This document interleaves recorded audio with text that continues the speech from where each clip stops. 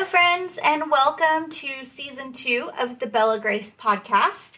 The mission of Bella Grace is to empower you to embrace the beautiful grace found in recovering your authentic self.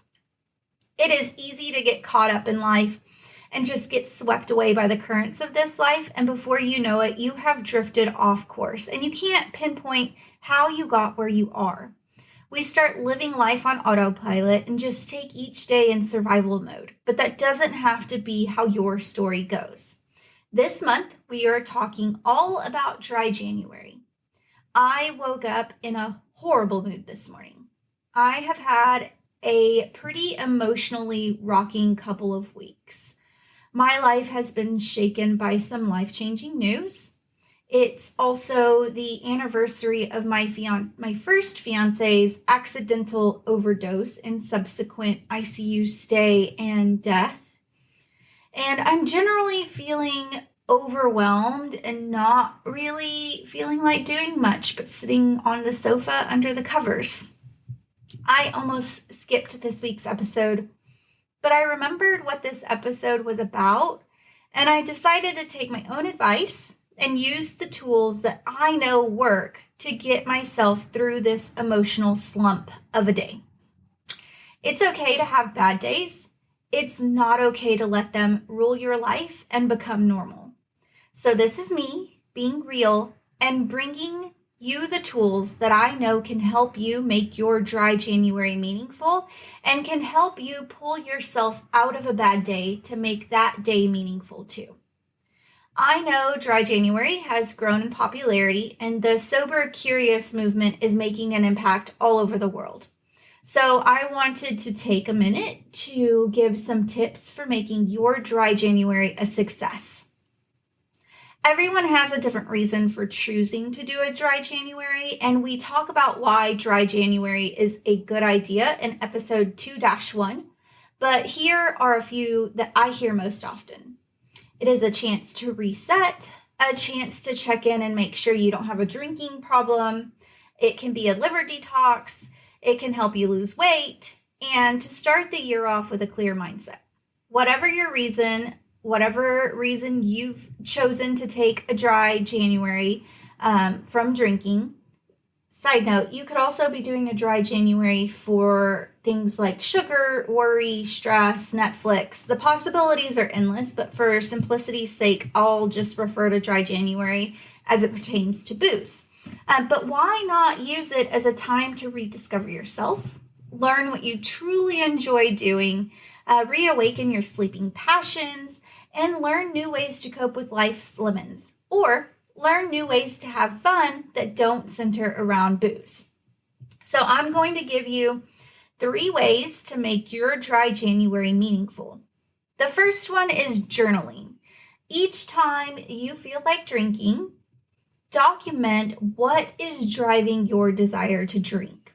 This is important because if your drinking is related to work stress, family stress, loneliness, boredom, or other negative triggers, you can begin to try to find ways to lessen the negative components of life, thus lowering your need to drink overall.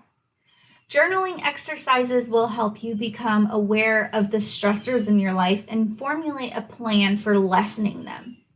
This might look like realizing that you feel the need to drink after work when you've had to spend a great deal of time playing catch up, or when you are working on a team project with a particular coworker.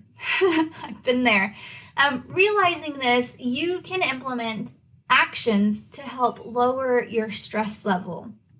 For example, if you've been feeling overwhelmed because you're constantly feeling behind, try implementing block scheduling into your routine. With this technique, you have specific blocks of time to do specific tasks throughout the day. This allows you to be hyper-focused on one task for a specific amount of time. So there's studies out there that show that this helps the brain block out other distractions because you know there's break time coming up soon. So what does this look like in practice? It looks like having the first 30 minutes of your day dedicated to going through emails and responding to the most urgent first. It means silencing your cell phone and notifications during this dedicated work time so that you can get more done. If you're worried about missing important or emergency phone calls, you can always set certain people as important on your phone, and they will be able to bypass your do not disturb feature.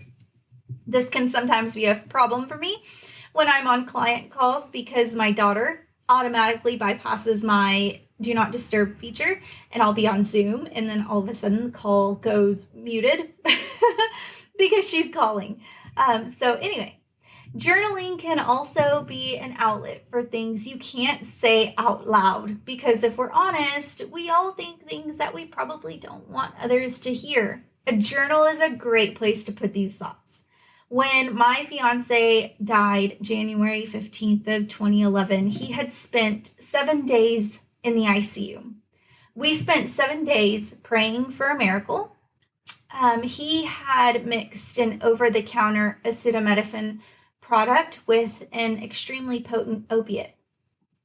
He had strep throat and a severely depleted immune system. The combination caused him to stop breathing. When I found him, he was unresponsive. It took about 45 minutes for the EMS team to intubate him and administer the Narcan.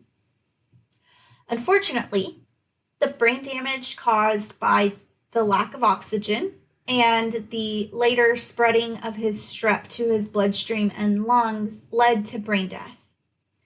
After exactly 7 days, exactly 7 days after he was admitted to the ER, we made the choice to take him off life support and donate his organs. This week, January 8th through the 15th, is what I refer to as the anniversary of Hell Week. It was the week from hell.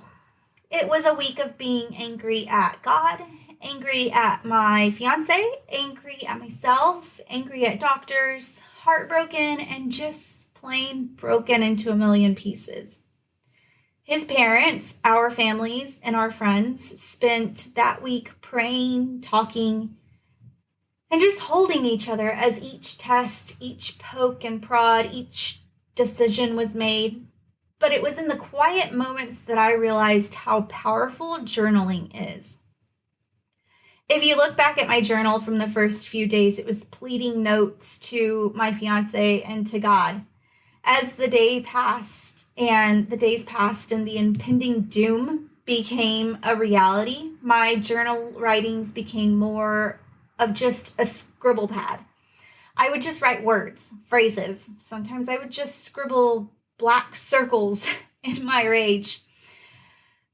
But the mere act of getting my emotions out on the page helped me to process them. As time passed, I journaled more, sentences came, solutions came, and I formulated a plan on how to get through the days and the months that followed his death. Sometimes my journal entries simply consisted of my plan for the day: get up, shower, put on clothes. Sometimes that was literally all I could do. Some days my friends would find me in the shower, unable to get out on my own. But instead of getting down on myself for not making it all the way through to putting on clothes, instead I would journal about what caused the breakdown and what I could do differently. Eventually, I realized that showering in our bathroom wasn't a good idea. It brought up too many emotions. So I started showering in the other bathroom. Journaling may feel uncomfortable or weird at first if you've never done it, but I always suggest that you just start with a word. Write down the first word that comes to mind and then scribble out thoughts and phrases until you get to the reason why you're feeling the way that you do. Just let it be a brain dump. Number 2 for making your dry January meaningful is to do something fun. As adults, it can be hard to carve out time to do fun things. When I say fun, I don't mean a prior engagement or something on the schedule already. I mean do something that truly brings you joy, something that you truly enjoy.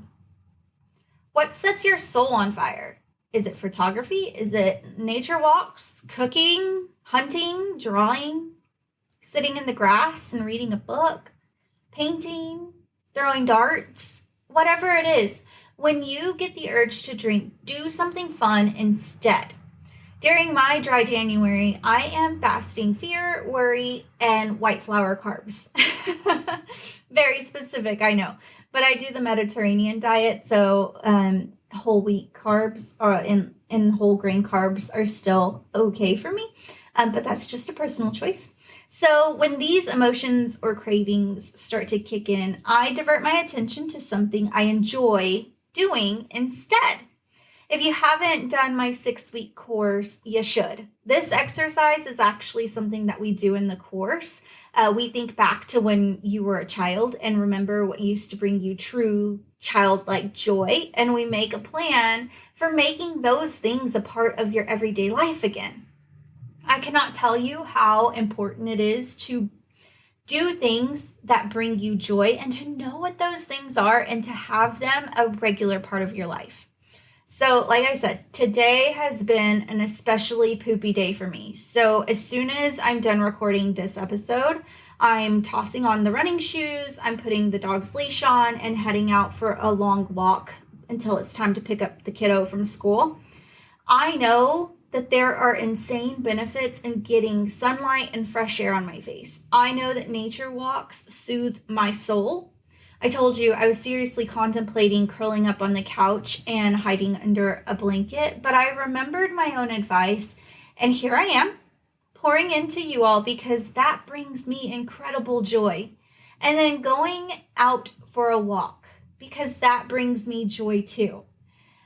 I always say my principles, my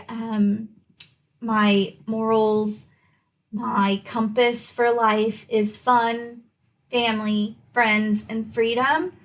And so the fun part is actually getting out and having fun exploring. And the freedom part is helping others find freedom from the things that are holding them back. So here is me doing 2 of the things that I hold most near and dear to my heart. So I ask you, what sets your soul on fire? What is it? What is like a salve to your soul? What brings you peace in the chaos? If you can't answer that question, then why not use the next few weeks to rediscover that for yourself so that for the rest of the year, you can turn to these joy-giving things instead of turning to booze. All right, last but not least, for making your dry January meaningful goes hand in hand with number 2. It's join a social group or socialize. We all have things that we enjoy doing, and there are countless groups out there that are filled with other people with the same interests. I truly believe that we were made for community, and living in solitude only amplifies the negative self-talk, obsessing over what you can't do during dry January, and can leave you feeling isolated. So I want to encourage you to go out and hang out with people in a setting that doesn't involve alcohol. Go skating, walking around the park, join a cooking class, take a ballroom dancing class, maybe a bird watching class. Many of the Parks and Recs departments have a list of community classes that they offer that revolve around many of the popular hobbies out there. So why not give it a try? If you live in Dallas, I believe it's like dallasparksandrec.org or something. But if you just Google your city plus Parks and Rec, it will come up.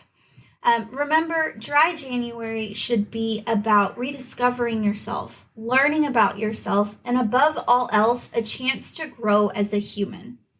I hope these 3 tips, my brain and my mouth have not been communicating very well today. I hope that these 3 tips, journaling, finding what brings you joy, and socializing, will help you make your dry January more meaningful.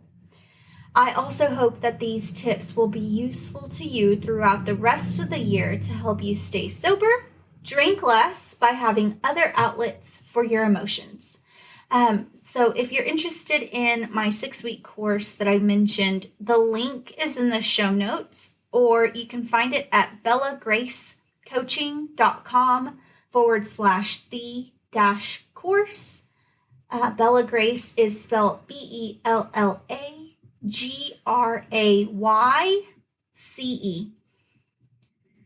As always, be well, be kind, and may you find some joy this week.